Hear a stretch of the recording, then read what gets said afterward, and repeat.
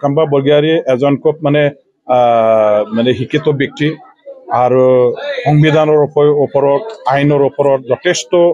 তেখেতৰ জ্ঞান আছে আৰু এজন দক্ষ প্ৰশাসক হয় আৰু দীৰ্ঘকাল ধৰি তেখেতে আমাৰ বডোফা উপেন্দ্ৰনাথ ব্ৰহ্মৰ আমলৰ পৰাই মানে কঠোৰভাৱে সংগ্ৰাম কৰি অহা ছেপাৰেট ষ্টেট বড়োলেণ্ড গঠন কৰিবৰ কাৰণে নেতৃত্ব দি অহা এজন নেতা আছিলে তেখেতে আপচুত কাম কৰিছিলে ভলেণ্টিয়াৰ ফৰ্চৰ এজন নেতা হিচাপে আমাৰ কোকৰাঝাৰ চিৰাং বাক্সা ওদালগুৰিত তেখেতে নেতৃত্ব দিছিলে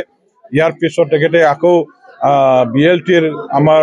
মানে পাব্লিচিটি সেক্ৰেটাৰী হিচাপে কেন্দ্ৰীয় কমিটিৰ এজন যোগ্য নেতা হিচাপে BLTক ভালকে পৰিচালনা কৰিছিলে ভাৰত চৰকাৰৰ লগত অসম চৰকাৰৰ লগত BTC চুক্তি স্বাক্ষৰ কৰাৰ আগতে যেটো ত্ৰিপাক্ষিক আলোচনা বা দ্বিপাক্ষিক আলোচনা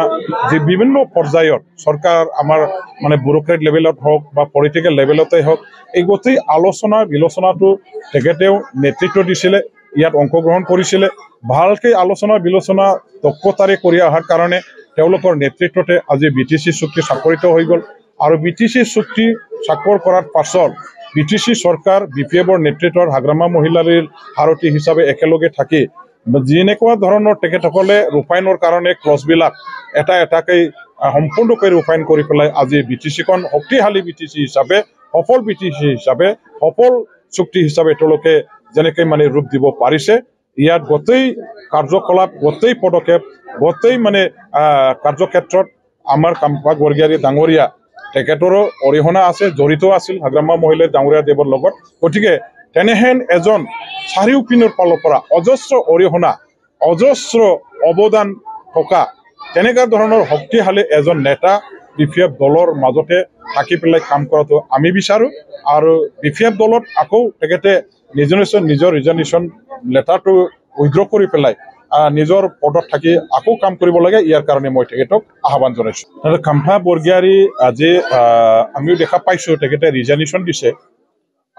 ৰিজনেশ্যন দিয়াৰ কাৰণবিলাক আমি নাজানো আৰু ৰিজনেশ্যন দিয়াৰ পাছত তেখেতে ৰাজনীতিক দল কৰিব নে নাই বা যদিও কৰিব বিচাৰে কোনটো দলত থাকি পেলাই কৰিব বা নকৰিব পাৰে মানুহবিলাকে আজি হয়তো সন্দেহ কৰিছে ৰিজনেশ্যন দিছে যেহেতু বেলেগ দলত কৰবা যোগদান কৰি পেলাই নতুনকৈ ৰাজনীতিক জীৱন আৰম্ভ কৰিব আমি এতিয়া খাটাংকে ক'ব নোৱাৰো তেখেতে ৰিজনেশ্যন দিয়াৰ মূল কাৰণটো কি